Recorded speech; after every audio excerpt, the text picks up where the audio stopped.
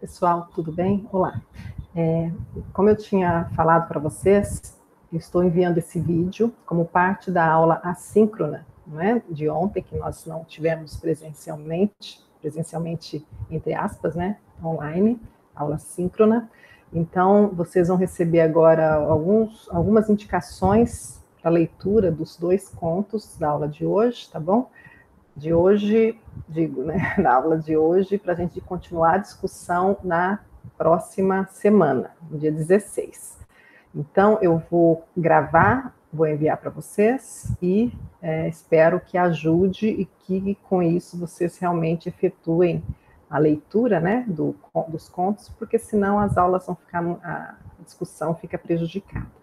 Então, vamos lá. Eu estou compartilhando com vocês aqui alguns slides, não são os slides definitivos ainda, né? Isso aqui é só para vocês, porque senão vocês vão já receber toda a análise dos contos, e o objetivo não é esse. Eu gostaria que nós tivéssemos uma discussão mais aberta. Claro, vou dar algumas orientações aqui, principalmente do conto da Virginia Woolf, mas nós precisamos que vocês também tenham os insights, né? Tenham as perspectivas de vocês, a experiência de leitura integral. Então, eu não vou fazer análise completa, vou dar alguns caminhos aqui para direcionar, não é, de certo sentido, facilitar a leitura. Então, os textos desse tópico, que se chama Literatura Comparada e Gênero, Virginia Woolf e Clarice Lispector, como já anunciado.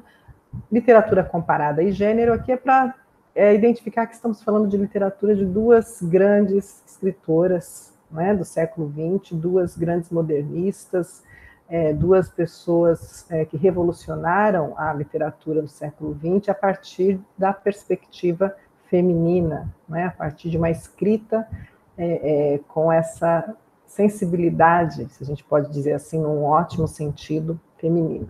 O conto da Virginia Woolf que a gente escolheu é A Marca na Parede, né? A Marca na Parede e outros contos, publicação no Brasil. E da Clarice Lispector é um conto intitulado Amor, né? Tá no livro Laços de Família. Alguns já devem conhecer. Eu vou começar falando da Virginia Woolf primeiro, porque eu creio que para muitos, quando nós pensamos na escrita da Virginia Woolf, assim como nós pensamos na escrita de um James Joyce, no Brasil a gente não tem, vamos chegar na Clarice, né? Mas vamos por partes. Mas a questão da dificuldade para o leitor iniciante da Virginia Woolf, e é obrigatório, né, para nós que somos da literatura, que estamos estudando a literatura de língua inglesa, é justamente o estilo inovador que ela começa a desenvolver, não é? A partir da sua visão modernista de literatura. Então vamos começar por esse conto, né? The Mark on the Wall. A Virginia Woolf, eu vou pedir para vocês pesquisarem, né, muito rapidamente, tem muito material sobre a biografia, não é, o percurso de vida dela, que todos sabem, teve momentos de brilhantismo pessoal, literário, mas teve um fim bastante trágico, não é, por conta da sua própria postura diante da vida. Isso vocês, quem não conhece a biografia, pode pesquisar.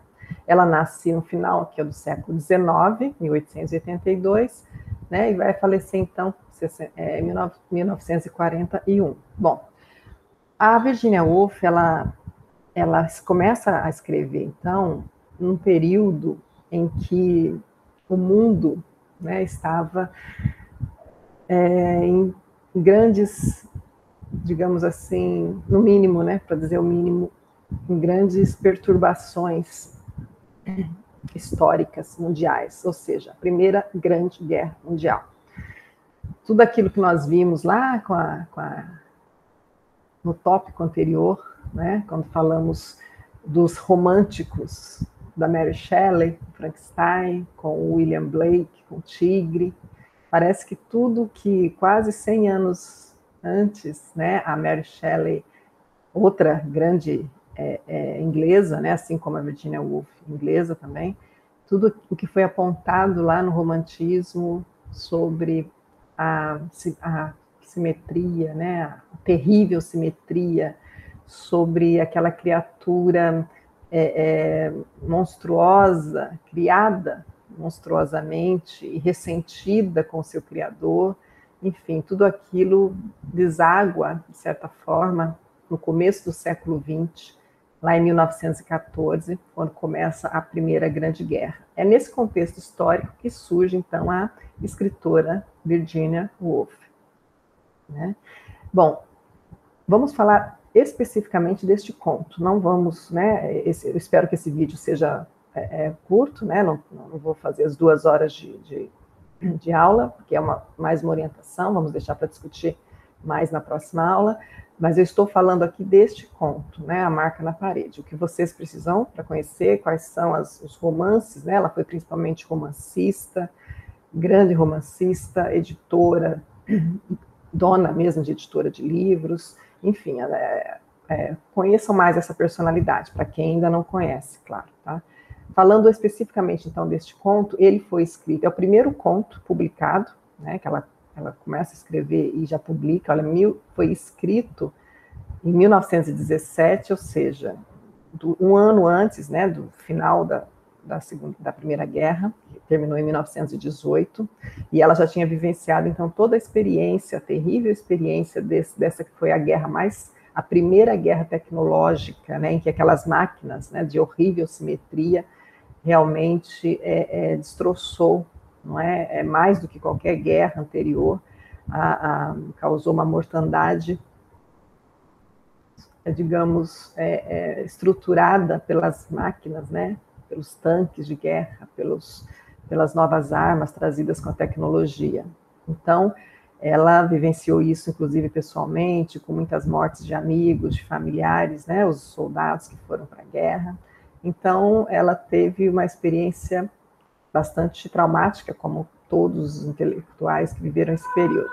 Bom, por que eu estou falando tudo isso da guerra? Porque esse conto, aparentemente, quem começa a ler, parece que é um conto que vai falar de amenidades de uma mulher, né? Rica, né? Aristocrata, entre aspas, né? Já não existia aristocracia dessa forma, mas, e ela era mesmo, né, a Virginia Woolf vem de uma grande linhagem de pessoas muito bem colocadas, né, socialmente e economicamente, mas ela vai falar, não é simplesmente o que é uma marca na parede. Para quem já leu o conto, já sabe do que se trata, né, mas ela está dizendo, no fundo, sobre vários temas. É isso que eu gostaria que vocês prestassem bastante atenção aqui na minha orientação, e não desistissem da leitura nos primeiros parágrafos, aliás, não devem, não podem, não é? Porque esse é o estilo de escrita da Virginia Woolf, sempre, né? Embora tenha sido o primeiro texto publicado, depois ela vai desenvolver esse estilo de escrita nos seus romances,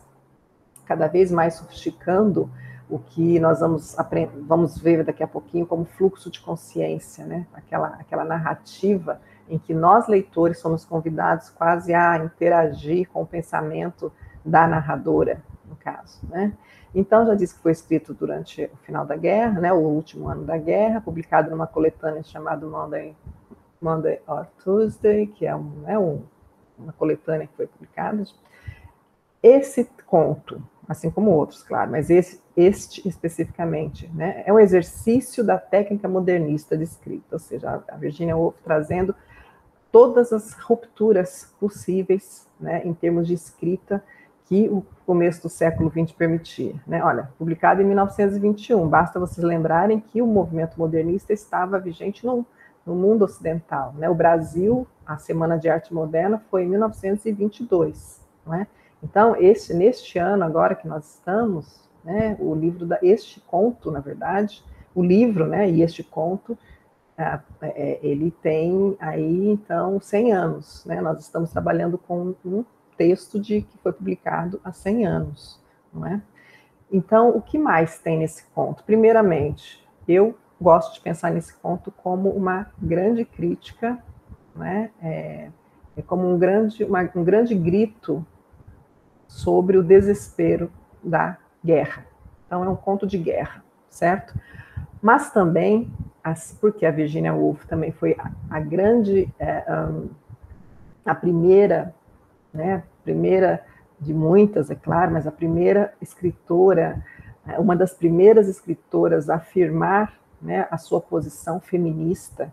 Então, também há muita crítica, né, ao patriarcado, ao papel, ao lugar da mulher no final do século XIX, né, e ali no começo do século XX, principalmente, ela vai falar isso, né, ela falece então em 1941, mas nessas décadas de escrita, ela sempre vai trazer essa discussão sobre o papel da mulher, sobre o lugar de subalternidade a que foi colocada a mulher, não é? Principalmente aqui, olha, a partir da era vitoriana, de novo, né? Quem não lembrar o que foi a era vitoriana, a era da Rainha Vitória, não é?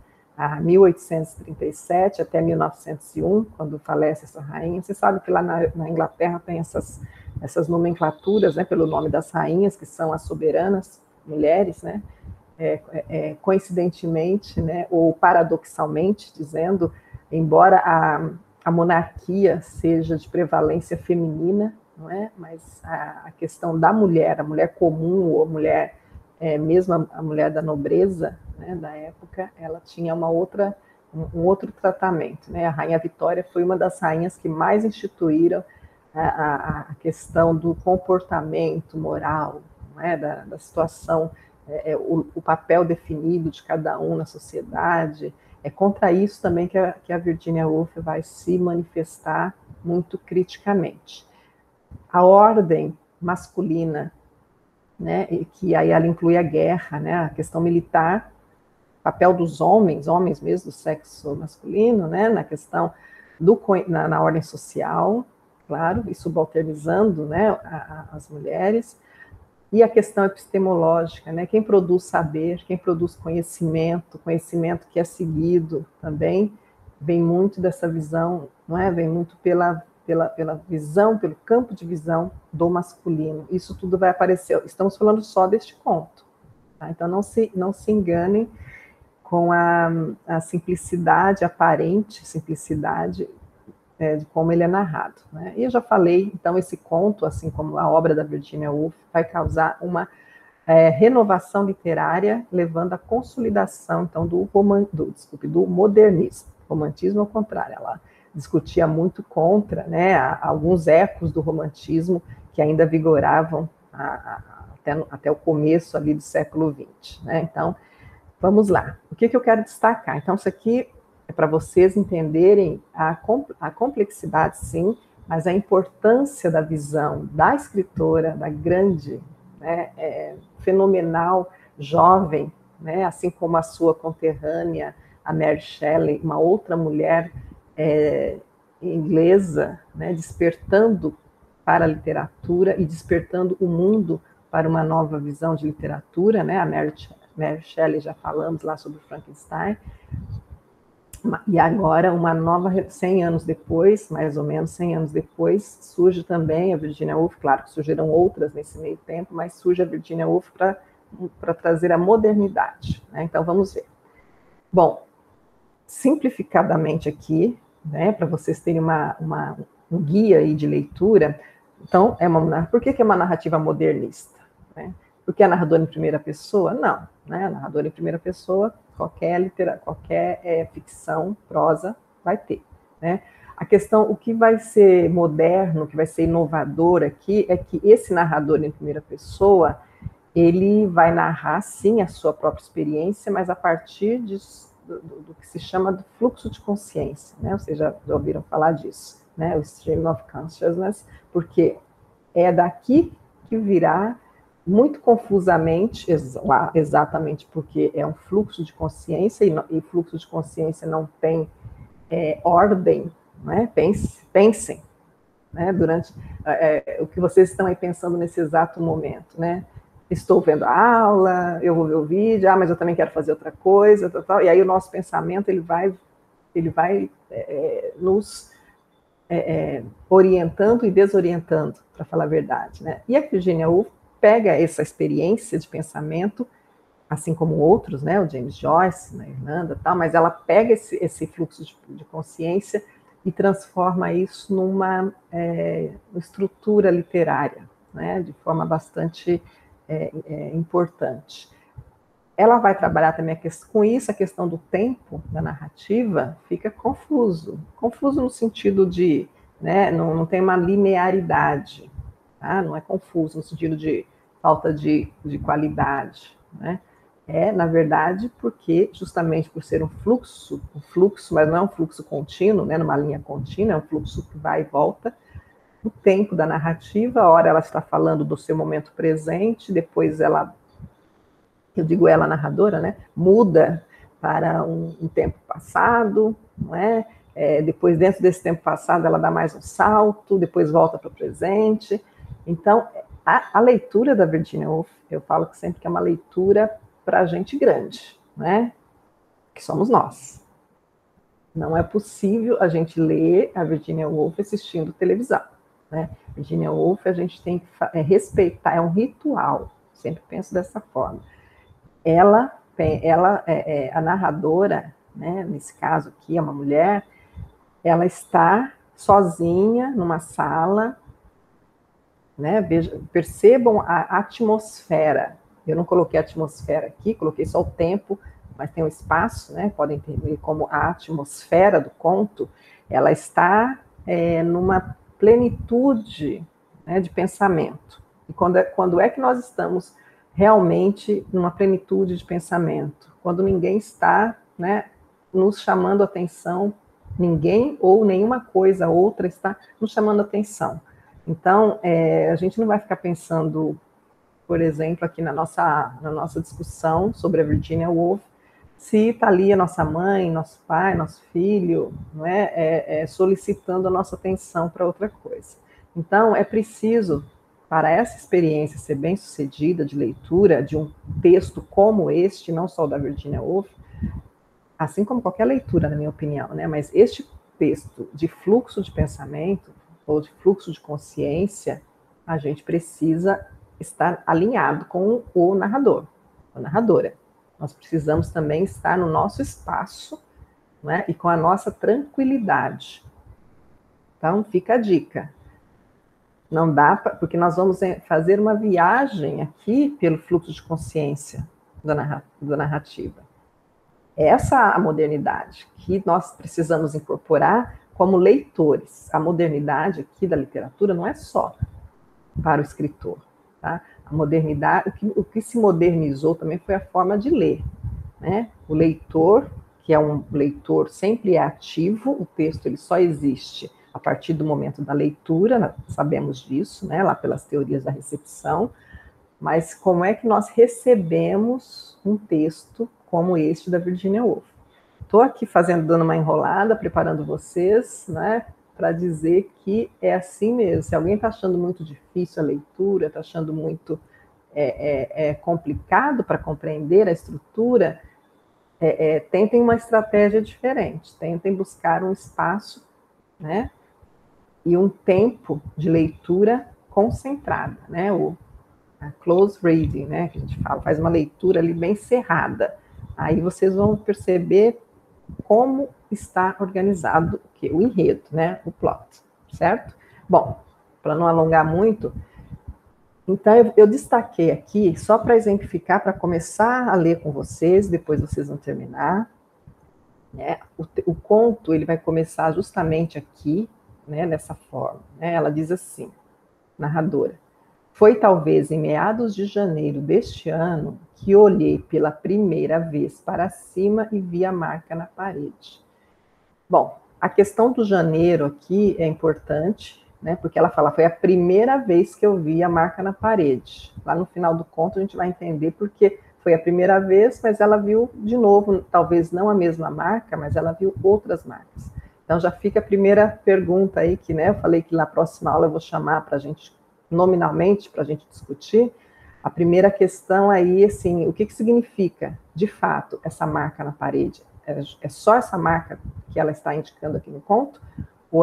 Ou essa marca na parede ela é símbolo de qualquer outra marca que a gente possa ter? Então, porque ela fala assim, foi a primeira vez que ela viu a marca na parede. A gente sabe que é dessa marca aqui. Bom, para fixar uma data, é preciso lembrar o que se viu. Aqui começa, ela já está pensando, pessoal. Tá? Aqui o narrador está, não é nem narrador, nós nem podemos chamar de narrador testemunha. Lembra da questão do narrador testemunha? Aquele que vivenciou alguma coisa e está narrando em terceira pessoa, né, ou em primeira pessoa.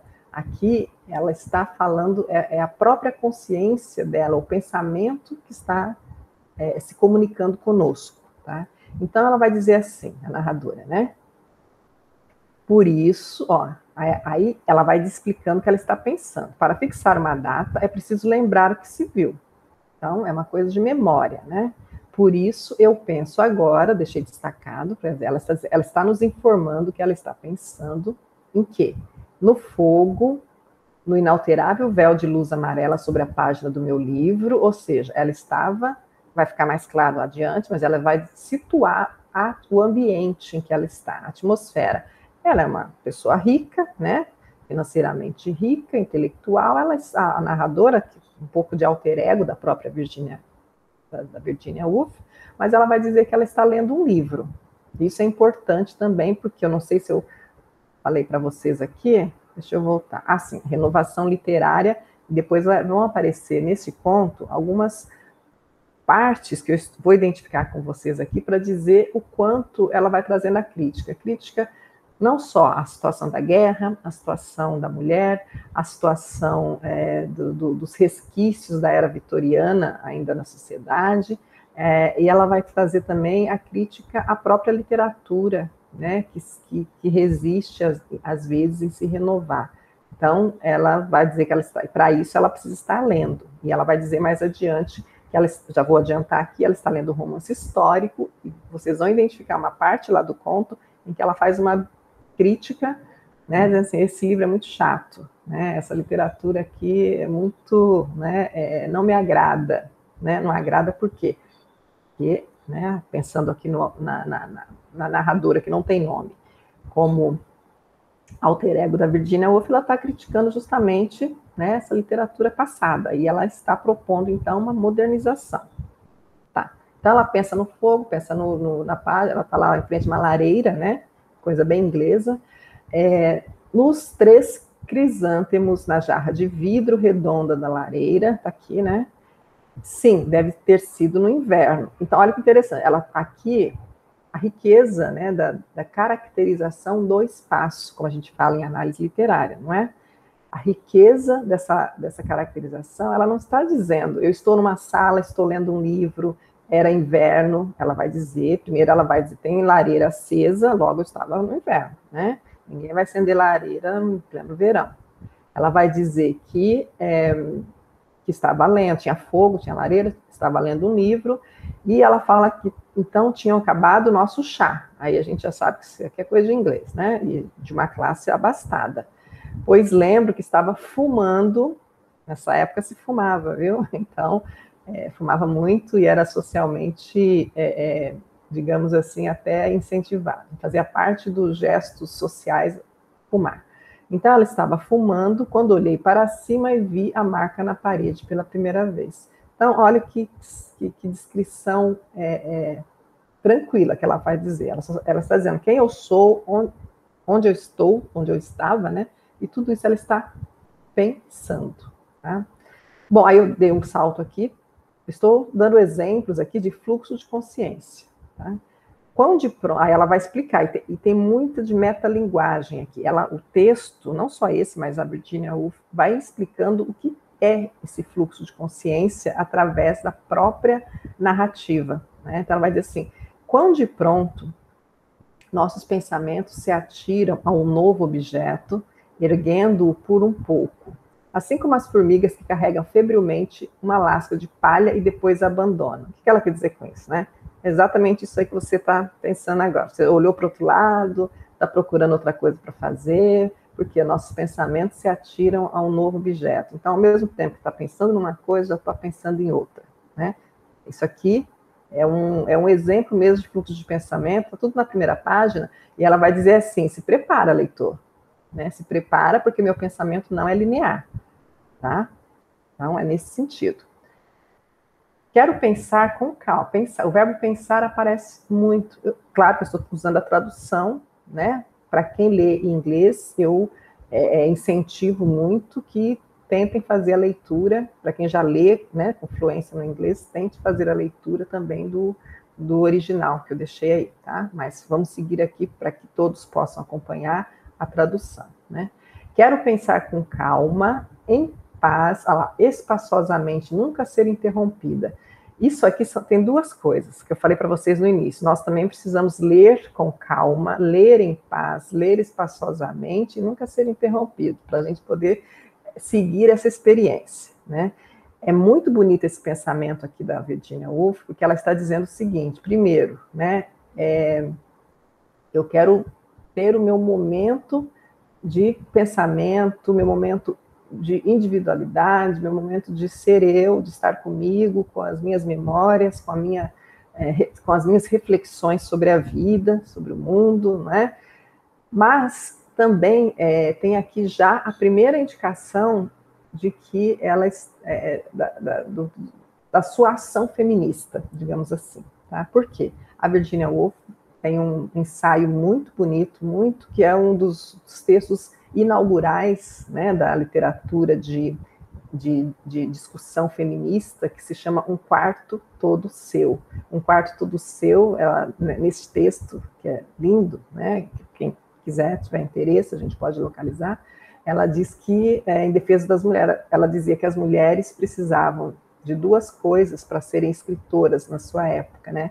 Precisavam de dinheiro próprio, né, de ter uma fonte de renda própria, para não depender nem do pai, nem do marido, né, enfim, e ter um quarto próprio, né, ter um quarto só seu, por isso que é a questão de um quarto todo seu, ter um espaço para que ela pudesse, sem ser incomodada, sem ninguém mandando ela lavar a louça, né, sem ninguém pedindo para, né, para fazer isso aqui, porque é mulher, né? Tem essas coisas até hoje, a gente sabe disso, então ela diz isso. Então aqui já tem uma dica sutil, né? Tudo vai ser bem sutil nesse texto, mas vai ser muito interessante a gente percebendo. Por isso que eu estou fazendo esse ensaio de leitura inicial, né, para facilitar um pouquinho, mas leiam com muita calma, sem medo, né?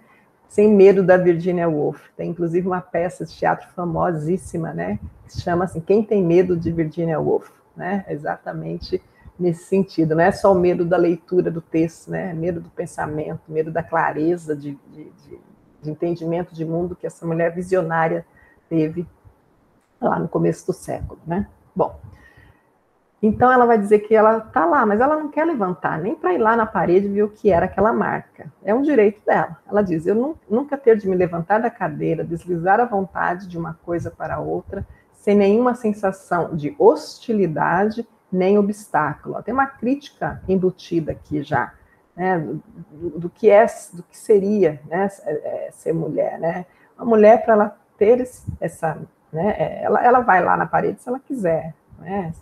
Ela quer pensar com calma, ela não quer ter a sensação de hostilidade nem de obstáculo, né? Assim, você não pode fazer isso, tem que fazer aquilo. Então, a gente já pode entender aqui um primeiro sinal aí dessa discussão feminista da Virginia. Quero mergulhar cada vez mais fundo, longe da superfície, com seus fatos isolados. O que é mergulhar cada vez mais fundo? No pensamento. O que é a superfície com seus fatos isolados? Organizados. É a realidade, não é, que tenta se organizar de forma, principalmente ela está dizendo, ela vai desenvolver isso aqui no conto para criticar a era vitoriana, que era a era em que tudo era regrado, tinha um excesso de regras, né, não só para as mulheres, mas as mulheres eram as vítimas preferenciais, digamos assim, desse conjunto de regras, de comportamento e de como ser e estar no mundo, né? Bom, enfim, estou me demorando para vocês entenderem assim, não dá para ler, quero mergulhar cada vez mais fundo, aí temos que nos perguntar, o que ela quer dizer com isso, né? Firmar-me bem, deixar-me agarrar a primeira ideia que passa aqui. Aí ela vai assim, eu quero ter um pensamento livre. Ela vai assim, vou me agarrar na primeira ideia, qualquer uma. Pensei em Shakespeare. Bem, tanto faz, ele ou outro. Percebam? não quero que me mande, então você vai pensar em Shakespeare, não vai pensar em Milton. Não, agora eu vou pensar nele, no outro, ou qualquer outra coisa, tá? Esse é o pensamento revolucionário, né, em termos de pensamento que se quer livre. Vamos lá. Aqui, outro trecho que eu trago, eu não coloquei a página aí, porque o texto é curto, e também não quero que vocês fiquem se apegando só a essas discussões, essa parte, porque não é só disso que nós vamos falar. Na verdade, esse conto nós vamos focar mais, já deixa eu me antecipar, na questão aí da crítica feminista, né, porque nós vamos compará-lo com o conto da Clarice Lispector, que vem a seguir, mas é preciso entender a riqueza do conto para podermos entender o que nós vamos falar na questão de gênero, né? Mas vamos lá. Aqui tem a crítica ao romance histórico, né? Que não é crítica de destruição do romance histórico, mas dizer que o Walter Scott, que foi o grande pai do romance histórico inglês, teve o seu papel, mas que já é outro momento da literatura. Então ela vai dizer assim, como é enfadonha essa ficção histórica. É o livro que ela estava lendo lá, né, a narradora. E ela diz, não me interessa em nada, bem que eu gostaria de dar uma linha de pensamento agradável. Aí ela fala assim, bem que eu gostaria de captar dessa leitura que eu estou fazendo uma linha de pensamento agradável, né? Mas ela não estava tendo uma experiência para ela. Por que é o romance histórico? Como é aquele que pega fatos históricos, né, geralmente grandes fatos históricos, de grandes homens, tá, históricos, e e vai fazer, então, a ficcionalização. É isso que é. Claro que para uma mulher de pensamento feminista, né, pensamento emancipatório, a Virginia Woolf não vai gostar de ficar lendo a história dos grandes homens, né, apenas os grandes feitos, né, os feitos dos heróis do passado, né, que o romance histórico ele tinha essa pegada assim de trazer os feitos, né, dos grandes homens. Então, aqui também outra crítica ali bem, não é que ela não goste dos romancistas, talvez ela não goste da temática, né, da forma como o pensamento patriarcal, como, né, a exaltação do masculino aparece nesses romances, né? Tem tudo isso, né? Então, a gente tem que ir lendo e tentando entender o porquê. Por isso que é importante conhecer um pouco mais da obra dela, né, para entendermos melhor esse conto, né? Bom, não são pensamentos diretamente autoelogiosos. Aí eu dei uma quebra aqui, vocês vão ver o texto todo. Ela está dizendo, então, que o livro não está agradando muito e que ela gostaria de propor um pensamento, né, um pensamento mais agradável. Ela gostaria de ter. E ela vai dizer, não é que é autoelogioso, não estou dizendo que eu é quem sei pensar, não sou eu, né? E essa é que é a sua beleza, né? Aí ela vai dar um exemplo. São pensamentos como este. Eu não estou dizendo que é um pensamento que vai revolucionar a história do romance, né? Ou a história da literatura. É um pensamento dessa forma aqui. Ó. Ela abre aspas, né, para dizer que tipo de pensamento que é. E eu entrei na sala, estavam falando como se fosse um personagem do romance. Estavam falando de botânica, falei da flor que eu tinha visto crescendo no monte de lixo no quintal de uma casa velha de Kingsway. A semente, disse, deve ter sido plantada no reinado de Carlos I. Aqui, tá? Por que isso? Porque certamente o livro que ela estava lendo, não fica claro aqui qual era, mas estava falando do reinado do rei, claro, né, do rei Carlos I. Daquela forma, né, de enaltecimento, os grandes feitos, e ela preferia ler alguma coisa assim, que estavam falando de botânica, né, e falou de uma flor, né, uma flor, a semente que deve ter sido plantada lá no reinado de Carlos I. Que flores ocorriam no reinado de Carlos I? Perguntei. Não me lembro a resposta. Ou seja, não importa, né? Porque a questão do Carlos I é o de menos, né? Então, não tem problema que flor que é. Flores altas com pendões roxos, talvez. Então, assim, vamos pensar em flores, em vez de ficar pensando em quem foram os grandes, né, homens e heróis e tal, né? Não que não faça parte, não que não sejam importantes, mas ela diz que a literatura, né, as coisas mundanas aqui, ó, a flor que eu achei no monte de lixo no quintal. Isso aqui não não era bem visto ainda, mesmo depois, né, do romantismo. Lembra, o romantismo era aquela coisa, a natureza sim, mas a natureza bela, a natureza harmônica, não é? A natureza que pelo menos dava aquela, né, aquela sensação do belo ou do sublime, né? Mas tinha que ser algo que realmente trouxesse uma elevação do espírito. Uma flor achada no lixo não é bem isso que os românticos pensavam quando falavam de natureza. Tá? Então, aqui tem uma alfinetada da Virginia Woolf também no tipo de natureza cultuada pelos românticos.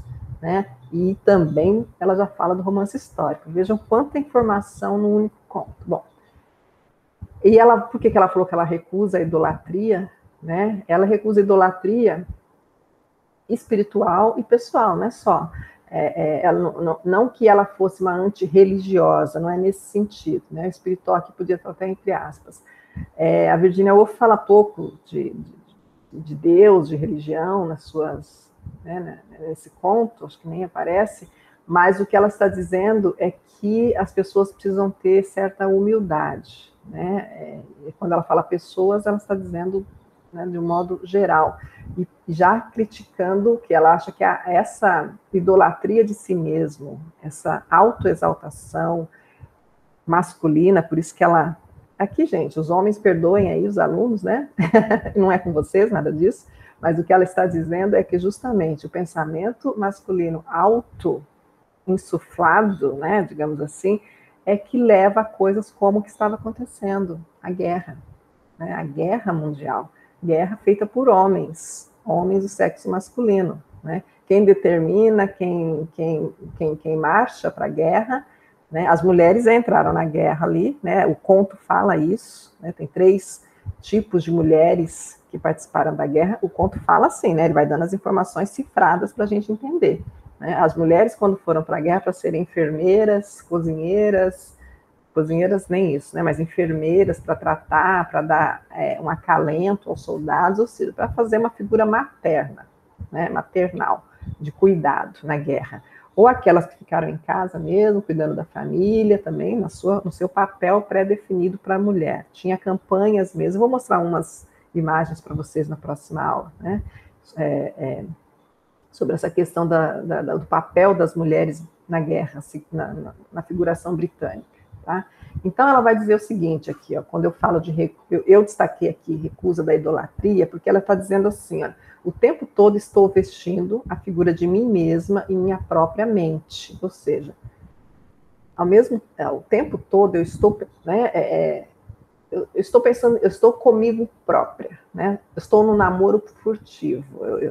Né, assim, aquela coisa que a gente fala, né? Eu estou inteiramente focada nas minhas reflexões, nos meus pensamentos, né? Mas ela diz assim, mas não adorando abertamente. Né? Quem adora abertamente, né, a si próprio acaba, né, cometendo alguma confusão, né? De se achar superior, de se achar, né, o dono da verdade. Né? E ela vai dizer, pois, se o fizesse, eu deveria considerar-me um erro e esticar a mão de imediato para em autoproteção, apanhar um livro. Né? Ou seja, quando a gente começa a se achar demais, vai lá e pegue um livro, pegue outra para dizer que tem outras pessoas, né, às vezes falando até mais do que o que você acha que sabe. É curioso como instintivamente protegemos nossa própria imagem de idolatria ou de qualquer manipulação. Manipulação, inclusive, de nós mesmos, né? Mas manipulação de outros. Tá? Então, leiam dessa forma, por isso que é devagar, né? E concentradamente que a gente lê uma literatura madura como essa da Virginia Woolf.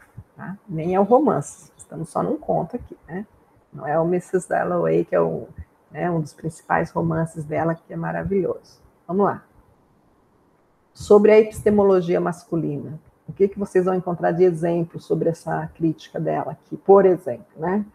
Ela vai dizer o que são os nossos homens, quando ela fala nossos homens, né, da época dela, claro, o que são nossos homens de saber, nossos intelectuais, se não descendentes de bruxas e eremitas que se acocoravam em grutas e nas matas preparando suas beberagens de ervas, tais. Isso aqui é bem irônico para dizer assim, esses homens esquecem que se acham muito superiores hoje, os grandes, os coronéis, os generais de guerra, generais que estão mandando jovens para morrer na Primeira Guerra, né? Eles esqueceram de onde eles descendem, né? Ou se acham seres humanos superiores, né?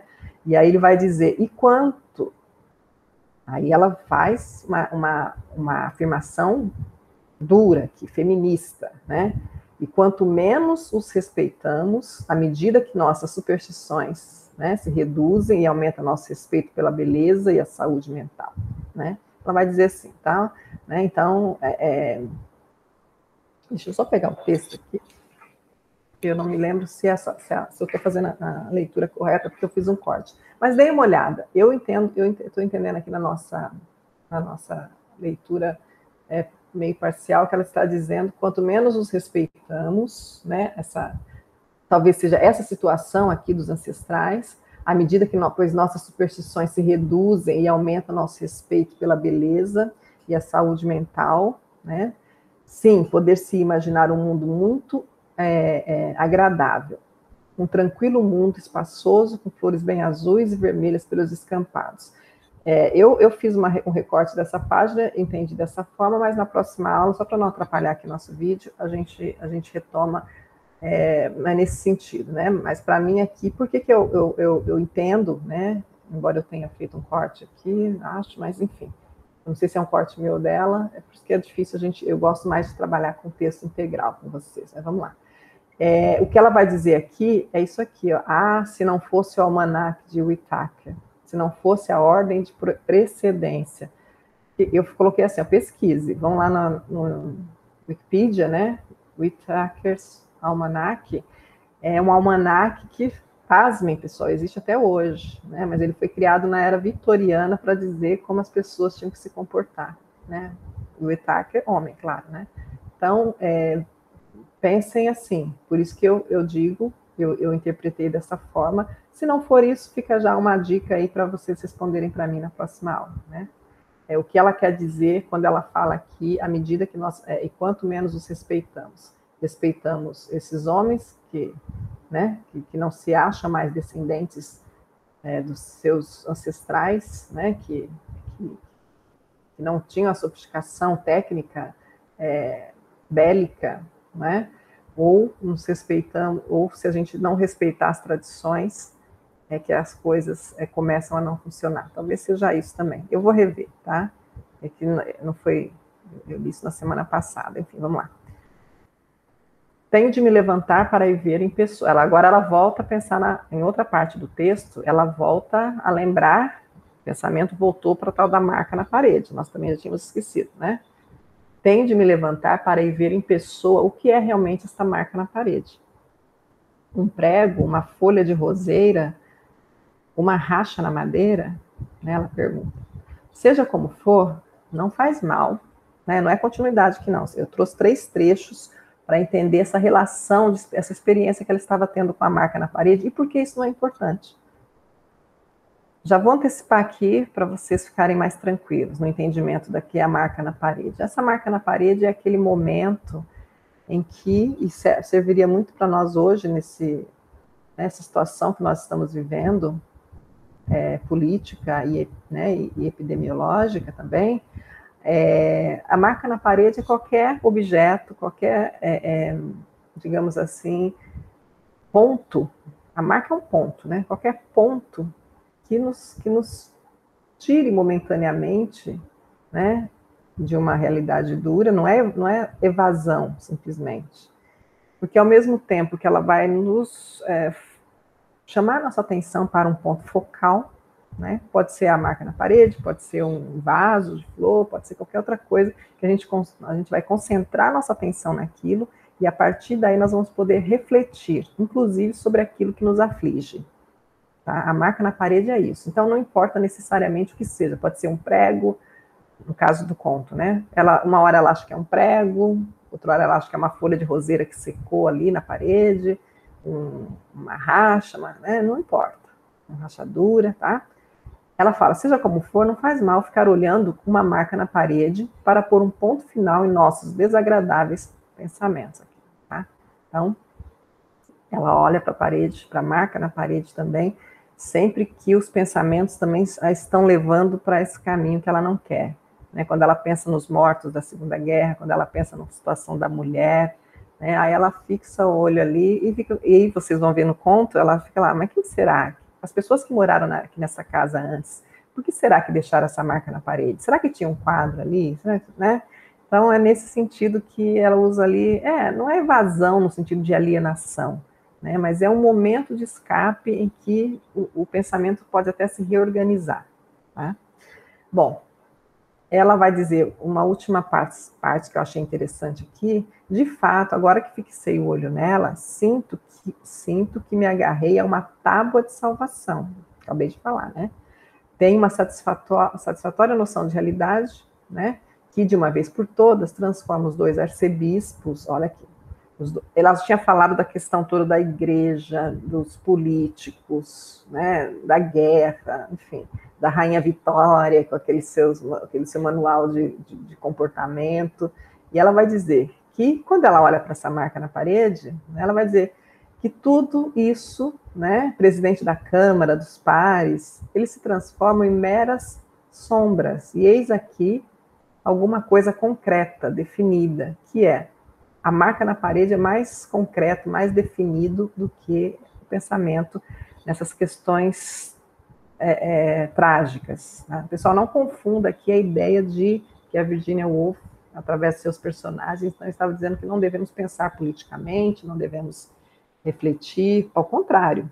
Ela só está dizendo que para darmos conta de tudo isso, né, parece que é isso que se diz no conto, a gente precisa, né, em algum momento, reorganizar o pensamento, né?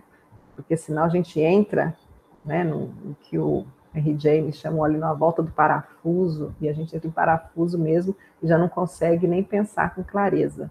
Né? Eu acho muito interessante essa questão da marca na parede ser quase que um ponto de equilíbrio, né, no pensamento. Vamos lá.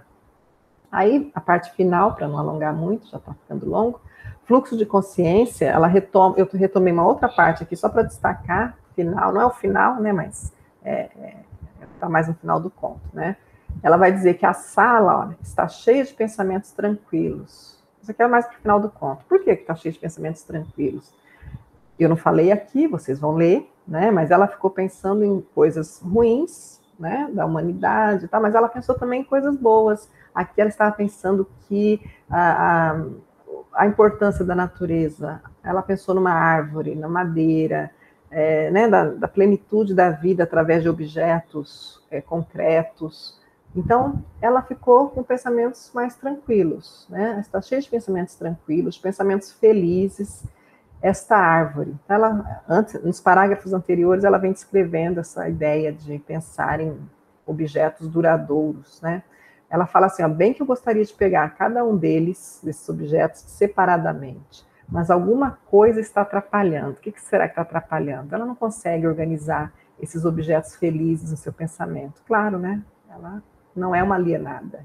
Ela gostaria, como nós gostaríamos hoje, né, de estarmos também pensando em coisas amenas, né? Mas a gente tenta, né? Mas vira e mexe, nosso pensamento é levado de novo para a situação que nós não podemos ter aula presencial, né? Que nós estamos ainda com pouca vacinação, que, né, estamos um momento político absolutamente vazio, tal, e aí a gente olha para uma coisa boa lá, né, que a gente gosta em casa, em algum lugar, mas daqui a pouco vem de novo. Então, porque tem sempre alguma coisa atrapalhando, né?